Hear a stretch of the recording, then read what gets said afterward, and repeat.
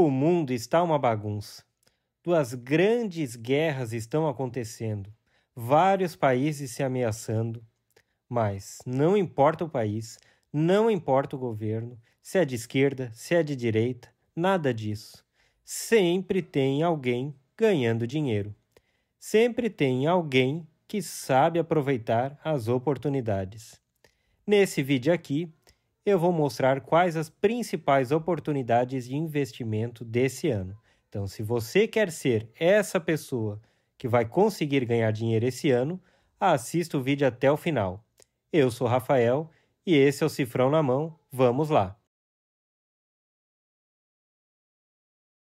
Nesse vídeo aqui, eu vou te explicar sobre renda fixa, sobre ações, sobre fundos imobiliários, sobre criptomoedas. Então, não importa qual o seu perfil de investidor, esse vídeo pode te ajudar sim.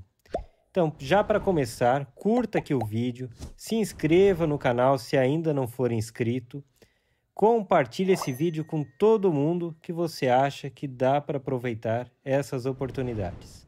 Agora vamos lá. Para você entender mais claro quais são as oportunidades de investimento desse ano, primeiro você precisa entender alguns pontos que eu vou explicar. É importante você entender que há pouco tempo atrás o mundo todo estava com a inflação altíssima. Por conta da pandemia, guerras que estão acontecendo até agora, como expliquei no início do vídeo, e a inflação subiu no mundo todo. E como que cada país faz para conseguir controlar essa inflação? Sobem os juros. Aqui no Brasil, é a nossa Selic que subiu. E o Banco Central foi muito bem e foi o primeiro no mundo a subir os juros para controlar essa inflação. E agora nós também somos os primeiros do mundo a poder começar a reduzir ela. Com a inflação reduzindo um pouco, começa então um ciclo novo, porque obviamente tudo é ciclo. Existem os momentos de subida, os momentos de descida, e agora estamos no momento de declínio da nossa taxa Selic. E isso é um ponto importantíssimo. Os principais analistas aqui do Brasil já estão prevendo que até dezembro a taxa Selic vai estar em aproximadamente 9%, 8%, não é um ponto certo ainda, é mais ou menos isso. Isso é muito bom, porque reduzindo ela ajuda as empresas a crescerem, ajuda as dívidas dessas empresas a reduzir e aumentam os empréstimos bancários das pessoas físicas. E isso ajuda a nossa economia a subir, sim. Mas só isso não adianta. Também é necessário que os outros países reduzam as taxas de juros deles, porque isso influencia muito aqui no preço do dólar, que também influencia na nossa inflação. Está tudo interligado. Mas a informação principal aqui é o quê? Que nos Estados Unidos também já estão conseguindo controlar a inflação. Tem uma pressão muito forte no Banco Central americano para começar a redução dos juros.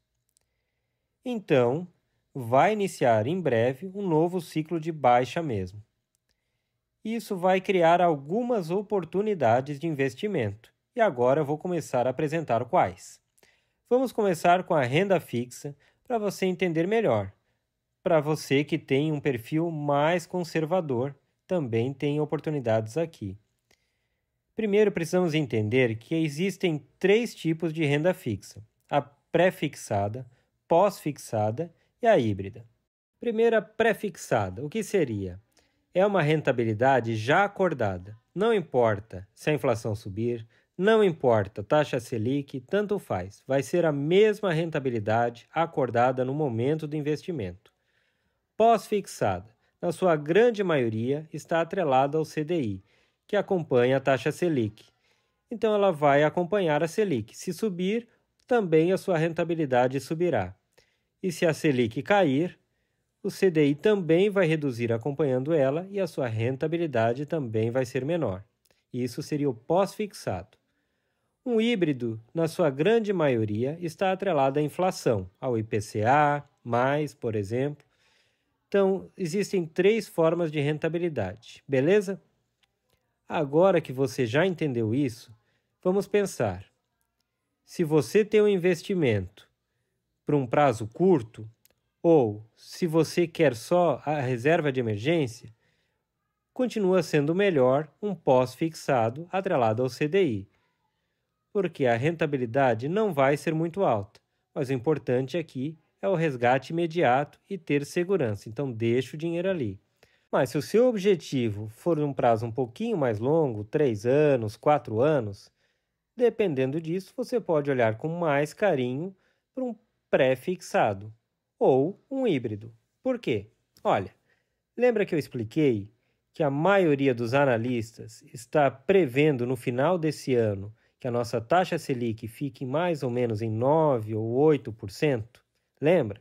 Então, imagina se você encontrar um pré-fixado para daqui a 1 ou 2 anos, e o dinheiro vai ter que ficar retido ali, mas uma rentabilidade de 10% ou 11%, não sei. Você teria que procurar na sua corretora de investimentos. Se você encontrar um de 10% e investir, por exemplo, e a Selic ficar em 9%, você percebe que a sua rentabilidade vai ser maior do que a do CDI? Então, isso é uma oportunidade que poderia acontecer. Outra oportunidade poderia ser o quê? Se a gente olhar o nosso histórico passado, no que aconteceu nos anos anteriores, e vermos que o IPCA, que é o nosso indicador de inflação, na maioria das vezes ele fica em 4,5% ao ano, mais ou menos isso aí. Então, se por exemplo você olhar no Tesouro IPCA mais 5%, imagine que o IPCA de 4,5% mais 5%, teríamos 9,5%, que também seria mais do que o CDI novamente, percebe? Então, olhando os históricos anteriores, na maioria das vezes, um híbrido tem rentabilidade maior do que um pós-fixado, na sua grande maioria. Então, essas são as oportunidades da renda fixa. A sua maioria, pelo menos. Então, você poderia olhar um pré-fixado ou um híbrido. Dê uma olhada ali. Ô, Rafael, você não explicou nada sobre poupança? Claro, esse vídeo aqui é sobre oportunidades para ganhar dinheiro, não para ter prejuízo. Poupança, deixa para lá. Se você quiser saber por que eu odeio poupança, comente aqui, eu quero saber. Agora vamos conversar um pouquinho sobre a renda variável. O lugar que a maioria começa, a porta de entrada da renda variável, são os fundos imobiliários. Por quê? Ali tem uma certa semelhança com a renda fixa. Isso porque tem os dividendos mensais, que é uma rentabilidade mensal. Então, a maioria do brasileiro gosta disso aí. Claro, não tem o FGC, porque tem um pouco mais de risco também e a rentabilidade pode ser um pouco mais alta. Por que eles podem decolar? Veja, um fundo imobiliário que administra alguns lugares que estão alugados, eles têm empréstimos, tem despesas bancárias, tem várias coisas para pagar que às vezes dependem da taxa Selic. Se a taxa Selic começar a baixar, as despesas dele também diminuem e sobra um pouco mais dinheiro. Se sobrar um pouco mais de dinheiro, significa que isso vai ser um lucro aumentando e esse lucro crescendo possibilita mais dividendos. Esses dividendos aumentariam. E aí mais pessoas procuram e compram fundos imobiliários. Mais pessoas comprando fundos imobiliários também faz com que o preço da cota dele suba, porque vão ter várias pessoas comprando. E aí você vai lucrar 2 vezes, percebe? Mais uma coisa que influencia aí é que hoje os fundos imobiliários estão com vacância, que é um lugar que não tem inquilino nenhum pagando aluguel. Se ele não recebe, é um prejuízo, certo? Mas se a economia real tiver os juros reduzidos, as pessoas vão começar a pegar mais empréstimos para criar empresas, vão criar seus próprios negócios e vão precisar pegar esses lugares para alugar que estão vagos. Então, o fundo imobiliário também vai receber mais, novamente, aumentando os dividendos, criando esse ciclo de subida. Vai ajudar muito na administração deles, realmente. Então, você pode comprar qualquer fundo imobiliário? Não, não é assim. você precisa saber como escolher. Alguns fundos imobiliários já estão caros, mas ainda existem muitas oportunidades que estão disponíveis. Se você quiser aprender a escolher, aqui eu vou deixar um link na descrição do meu curso, que é voltado para aprender a escolher fundos imobiliários. Agora, se você gosta mais de ações, tem um perfil mais arrojado, ou gosta mais dessa variação de preços aceita e não tem problema algum, vamos entender um pouco mais das oportunidades dessa área. O que é uma ação? A ação é um pedacinho pequeno de uma empresa. No momento que você compra uma ação na bolsa, você se torna sócio dessa empresa. E as empresas, como expliquei antes, vão ter um ciclo melhor nesse ano de 2024, porque os juros vão começar a cair. Mas por que os juros caindo ajudam as empresas? Veja, lembre que ano passado a Selic começou a cair, certo? Mas se você olhar na internet, vai ver que o Banco Central mostra e vai comprovar isso aqui. Com a queda da Selic, ela começa a influenciar a administração real depois de aproximadamente 6 ou 9 meses. Então, agora que vai começar realmente a influenciar as empresas. Porque as empresas têm gastos bancários, têm empréstimos, têm várias coisas que dependem de juros. Com eles caindo, essas despesas de empréstimos e tudo mais começam a reduzir.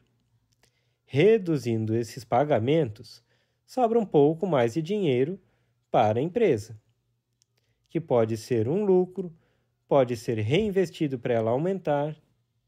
Isso vai ajudar o investidor dela também, porque o preço da ação dela pode subir ou ela pode pagar mais dividendos. Se isso acontecer, começa também a mais investidores colocarem dinheiro ali, porque percebe que na renda fixa está dando pouco e na renda variável está subindo. E aí vai aumentando os preços ali e começa esse ciclo de subida.